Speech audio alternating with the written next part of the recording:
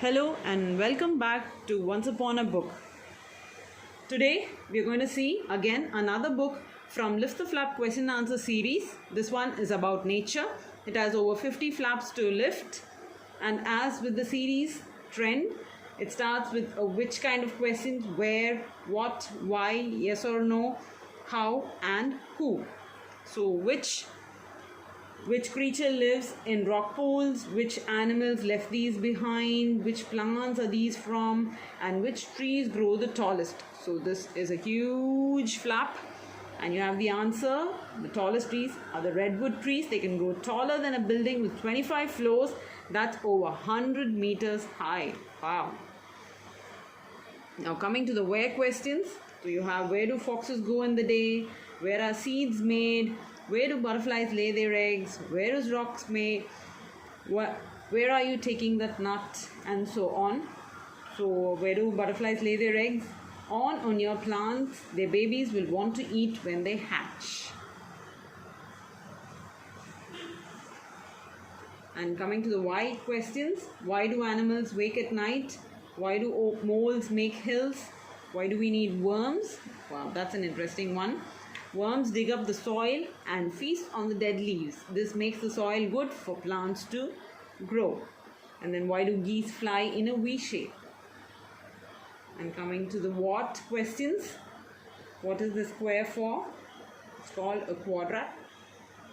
What's the difference between a rock and a fossil? What's this duck doing? And then what will we be when we grow up? So you have a cygnet, a nymph, tadpoles and a grub. So, and what's the wiggle dance? What is it? It's a dance bees do to tell other bees the way to the best flower. Wow, that's nice. And the middle line shows the directions. If the bee waggles lots, it means the flowers are far away. Well, that's very interesting to know. So now we know the secret behind the bee's dance. So, and coming to the yes or no kind of questions.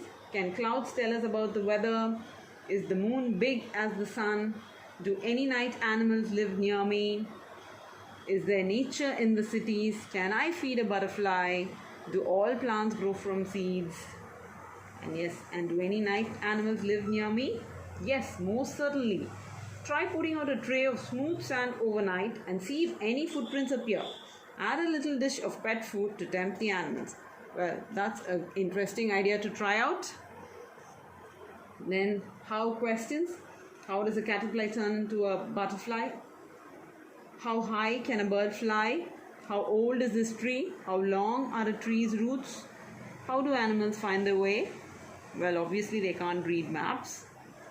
So the common crane and the bar-headed goose fly high enough to pass over the Himalayan mountains. Wow. Then who? Who made this? Who digs the deepest burrow? Who made these tracks? Who says tweet-too? Okay, and again, as usual with this series, we have a set of questions here which we can answer after we go through the book.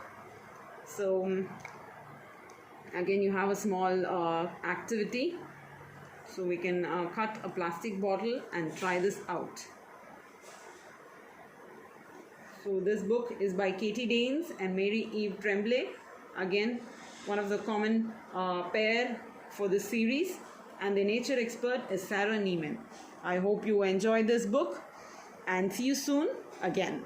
Thank you.